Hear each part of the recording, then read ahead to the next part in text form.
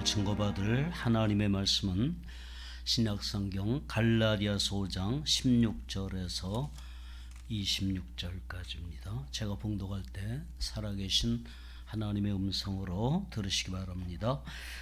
내가 이르노니 너희는 성령을 따라 행하라. 그리하면 육체의 욕심을 이루지 아니하리라. 육체의 소욕은 성령을 거스르고 성령은 육체를 거스르나니 이 둘이 서로 대적함으로 너희가 원하는 것을 하지 못하게 하려 함이니라. 너희가 만일 성령의 인도하시는 바가 되면 율법 아래에 있지 아니하리라. 육체의 일은 분명하니 곧 음행과 더러운 것과 호색과 우상 숭배와 주술과 원수 맺는 것과 분쟁과 시기와 분냄과 당 짓는 것과 분열함과 이단과 투기와 술 취함과 방탕함과 또 그와 같은 것들이라. 전에 너희에게 경계한 것 같이 경계하노니 이런 일을 하는 자들은 하나님의 나라를 유업으로 받지 못할 것이요 오직 성령의 열매는 사랑과 희락과 화평과 오래 참음과 자비와 양선과 충성과 온유와 절제니 이 같은 것을 금지할 법이 없느니라. 그리스도 예수의 사람들은 육체와 함께 그 정욕과 탐심을 십자가에 못 박았느니라. 만일 우리가 성령으로 살면 또한 성령으로 행할지니 헛된 영광을 구하여 서로 노엽게 하거나 서로 투기하지 말지니라. 아멘. 시간 우리 권사님 특별 연주로 하나님 앞에 영광 돌리겠습니다.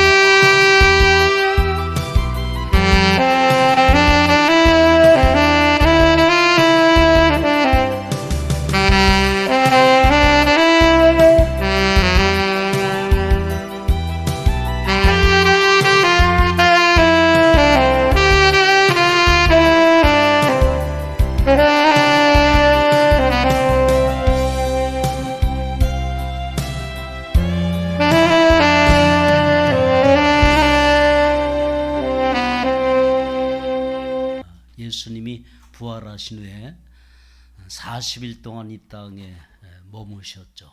그리고 승천하시면서 예루살렘을 떠나지 말고 내가 보내줄 성령을 기다리라.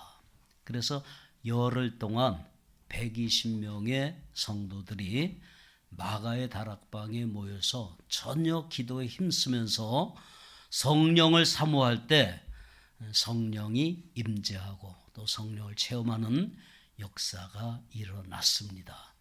그래서 40일 후에 열흘 만에 성령이 임했기 때문에 오순절이라고도 표현을 하고 우리는 이 날을 성령 강림 주일로 지키고 있습니다. 예수님을 믿는다는 말은 이미 그 사람 안에 성령님이 내주하고 계시다는 말입니다.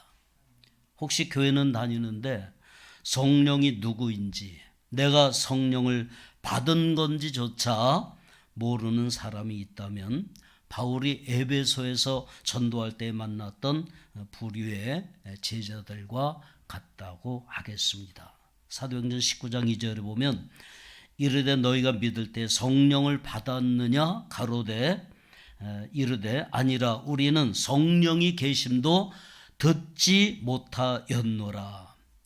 바울이 에베소의 제자들에게 너희가 믿을 때 성령을 받았느냐 이렇게 물었더니 성령이 있음도 듣지 못했다라고 답을 한 것입니다. 우리는 성령에 대해서 분명히 알아야 합니다. 우리가 한순간이라도 예수님께 주여라고 고백했다면 이미 그 사람에게는 성령이 내주하고 있다는 사실을 알아야 합니다.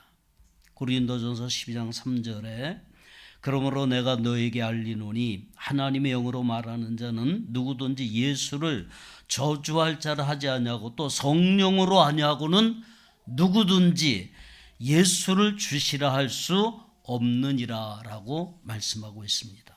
물론 입술만의 고백은 누구나 할 수 있습니다. 그러나 예수님이 나를 위해 십자가에 못 박히셨고 사흘 만에 부활하셔서 산자와 죽은 자의 주가 되시며 내 인생의 주인이시고 앞으로 남은 인생도 보호하시고 인도하실 줄 믿습니다, 주님. 이렇게 인격적으로 고백했다면 이미 그 사람 안에는 성령님이 내주하고 계시는 것입니다. 그런데 왜 많은 크리스천들이 성령의 내주하심과 동행하심에 대해서 분명하지 못한 행동을 취하고 있는 것일까요? 16절에 보면 내가 이르노니 너희는 성령을 따라 행하라. 그리하면 육체의 욕심을 이루지 아니하리라 그랬습니다. 성령을 따라 행하라라고 말씀했는데 반대로 육체의 소욕을 살기 때문에 성 바울이라 불리우는 바울 사도조차도 10절에서 이렇게 말합니다. 내가 원하는 바 선은 행하지 아니하고 도리어 원하지 아니하는 바 악을 행하는도다. 내 속사람으로는 하나님의 법을 즐거워하되 내 지체 속에서 한 다른 법이 내 마음의 법과 싸워 내 지체 속에 있는 죄의 법으로 나를 사로잡는 것을 보는도다. 오호라 나는 곤고한 사람이로다. 이 사망의 몸에서 누가 나를 건져내려고 탄식했습니다. 누구든지 100% 성령을 따라 살지 못할 때 바울과 같은 이런 탄식을 할 수밖에 없는 것입니다. 16절에서 성령을 따라 행하라고 했는데 여러분은 성령을 따르고 있습니까? 성령 팔로워입니까? 아니면 인기 연예인이나 스포츠 스타를 팔로잉하고 있지는 않습니까? 유튜브를 해보니까 구독자 1명 구하기가 얼마나 힘든지 몰라요.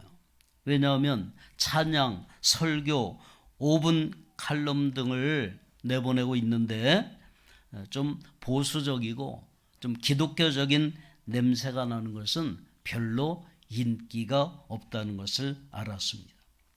그런데 예능이나 개그, 생활에 유익한 정보, 음식 조리법, 또 충격적인 사건들, 특히 선정적인 모습이 조금만 나타나도 사정없이 눌러댑니다. 여러분은 누구를, 무엇을 팔로워하고 있습니까? 여러분의 핸드폰을 들춰보면 어떨까요? 아니면 여러분의 인터넷 탐색 기록을 찾아보면 어떨까요? 아무리 뒤져도 이상한 게 하나도 없을 수 있습니다. 그러나 여러분의 심령을 성령 시스템으로 스캔해 본다면 어떤 것들이 쏟아져 나올까요?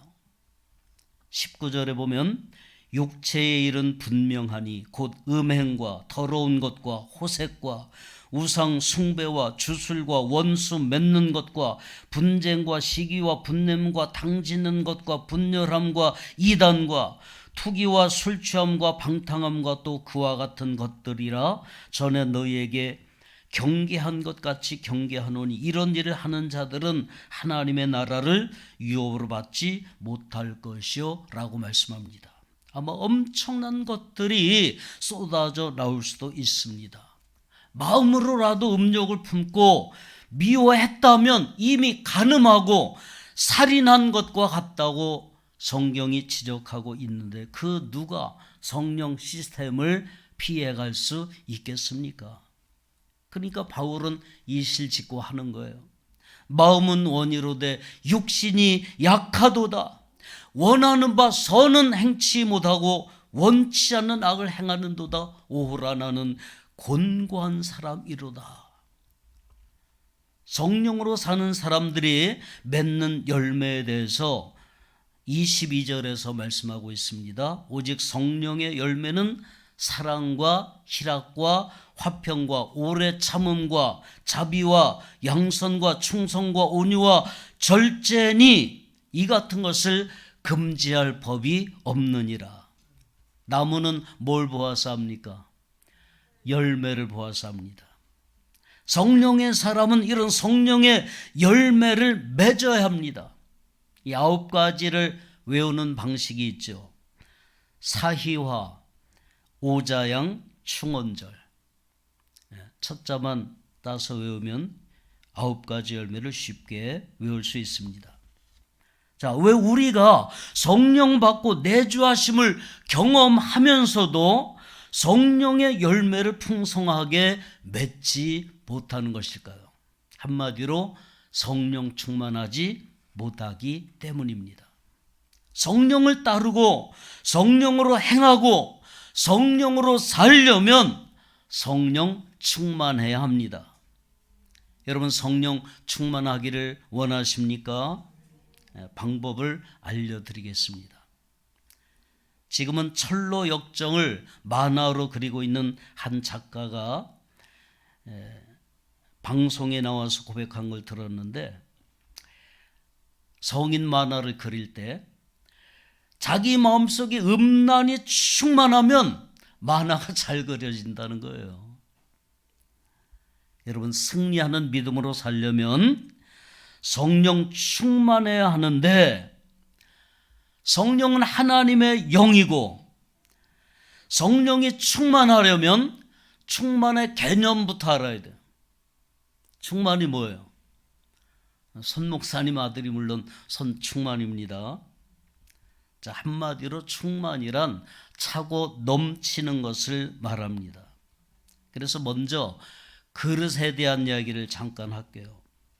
어린 시절 제가 운천이라는 동네에서 자랐는데 그곳에 미군 부대가 있었습니다.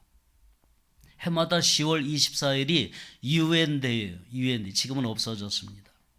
그러면 미군들이 대형 트럭에다가 초콜릿, 사탕, 과자 뭐 여러 가지 선물을 가득 싣고 동네를 한 바퀴 돌면서 나누어 줍니다. 어린아이부터 어른들까지 차량을 쫓아가면서 초콜릿 기부미. 저도 어린 시절에 이미 영어를 마스터한 것 같아요. 자, 그런데 그릇에 따라 채워지는 양이 달라집니다. 아이들은 고사리 같은 손을 내밉니다. 학생들은 모자를 내밀어요. 아줌마들은 월남 치마를 훌렁 뒤집어서 내밀면서 달라고 소리를 칩니다. 누가 선물을 제일 많이 받았겠습니까? 당연히 부끄러운 것도 마다하고 치마를 펴서 받는 아주머니들이 제일 많이 받게 마련입니다. 우리가 간장 종지만한 작은 그릇을 들이대면서 충만 해봐야 얼마나 받겠습니까? 적어도 김장 담그는 넓은 고무다라를 준비하면 반만 채워져도 간장 종지의 수백 배는 담겨질 것입니다. 자, 이렇게 우선 그릇이 준비된 대로 채워진다라는 말씀을 들으면서 많이 심어서 많이 거두라는 말씀과 일맥상통한다고 하는 것도 생각해 보시기 바랍니다. 자, 어떻게 하면 성령 충만할 수 있느냐? 내 온 마음과 지체와 영혼에 성령을 가득 채우시면 됩니다. 다시 말하면 전인적인 온전한 인격체를 의미하는 지와 정과 의에 성령을 가득 채우시기 바랍니다. 인간이 육체와 영으로 구성되어 있다면 우선 영적인 부분부터 채워나가야 될 것입니다. 먼저 지식적인 부분에서 성령의 지혜와 능력을 인정하시기 바랍니다. 대부분 우리가 어떤 일에 대해서 결정할 때는 말로는 기도하고 성령의 인도를 받겠다고 하면서 실제는 자기 지식과 경험을 토대로 판단하고 결정합니다. 자, 오병이어 설교를 들을 때는 입술로는 아멘 하는데 내가 그런 일을 당할 때는 오병이어를 주님께 드리지 않아요. 내게 있는 조불한 지성이 작동하기 때문입니다. 이걸 드리고 나면 나는 점심을 굶는데, 그리고 이 작은 도시락을 드린들 몇 명이나 먹겠어. 차라리 나 혼자 배불리 먹는 게 낫지. 말씀에 순종하기보다는 내 지식과 경험을 우선으로 여기기 때문에 기적을 체험하지 못하는 것입니다. 하나님은 약한 자를 들어 강한 자를 부끄럽게 하시고 미련한 자를 들어 지혜로운 자를 부끄럽게 여기시는 분임을 기억하시기 바랍니다. 쥐꼬리만한 지식이나 얄팍한 경험을 내세우지 말고 오직 성령님의 지혜를 동원하시기 바랍니다. 자, 두 번째는 감정적인 부분인데요. 성경은 우리에게 원수라도 사랑하라고 말씀합니다. 그런데 내 감정이 요동하지 않습니다. 여전히 미워하는 마음이 가득합니다. 예수님은 나 같은 죄인을 위해 죽으셨다는 사실도 알고 보혈 찬송을 부를 때마다 눈물이 나긴 하는데 당장 내 앞에 미워하는 사람에 대해서는 용서가 되지 않는 분들이 있을 거예요. 감정적인 부분에 대해서도 성령의 감동을 그대로 받아들이시기 바랍니다. 원수를 위해서 축복하고 나를 핍박하는 자를 위해서 기도하고 원수를 사랑할 수 있는 것은 내 감정을 열어야 돼요. 그래서 내 자의로가 아니라 성령의 감동에 의해서 움직여질 때 용서할 수 없는 것들은 다 사라지게 마련입니다. 자, 봉사하고 전도하고 선교해야 하는 것은 잘 아는데 몸이 움직이질 않습니다. 여러분, 몸이 아니라 의지가 약해져 있는 것입니다. 나는 원래 몸이 무거워. 나는 결코 새벽형 인간이 아니야. 또 요즘은 올빼미형이 대세잖아. 여러분, 코로나가 오면서 교회는 자발적으로 움츠러들었습니다. 전 정권 하에서 방역 정치하면서 흘러나온 이야기 중에 교회가 이렇게 말을 잘 들을 줄은 몰랐다는 거예요. 씁쓸한 얘기죠. 예배의 의지가 약해진 것입니다. 그 옛날 영국의 청교도들이 핍박을 받을 때 자유로운 나라에서 예배를 드리기 위해서 배를 하나 구입해서 무작정 항해를 하다가 절반 이상이 항해 중에 죽었던 사실이 있습니다. 유대인들이 핍박을 피해서 지하 무덤인 카타콤에서 예배 드렸던 모습을 기억할 필요가 있습니다. 가까이 북한의 지하 교회 성도들이 어두운 동굴이나 밀실에서 숨죽여가며 기도하고 찬양하는 영상들을 떠올려 보십시오. 우리의 예배가 얼마나 의지가 약해져 있는지를 알 수 있습니다. 나는 원래 몸이 느려요, 게을러요, 내 라이프 스타일이 그래요, 내가 하기에는 도저히 불가능한 일이에요. 여러분, 언제까지 약한 의지를 탓하고 있겠습니까? 이제는 의지적인 부분에 대해서도 성령님께 문을 여시기 바랍니다. 우리는 하나님의 열심에 사로잡혀 살아야 돼요.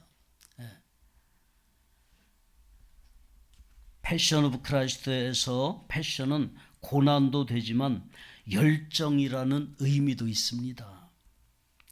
성령의 사람들은 세상도 감당할 수 없는 하나님의 열심으로 살아야 합니다. 사람의 열심은 오래가지 못합니다.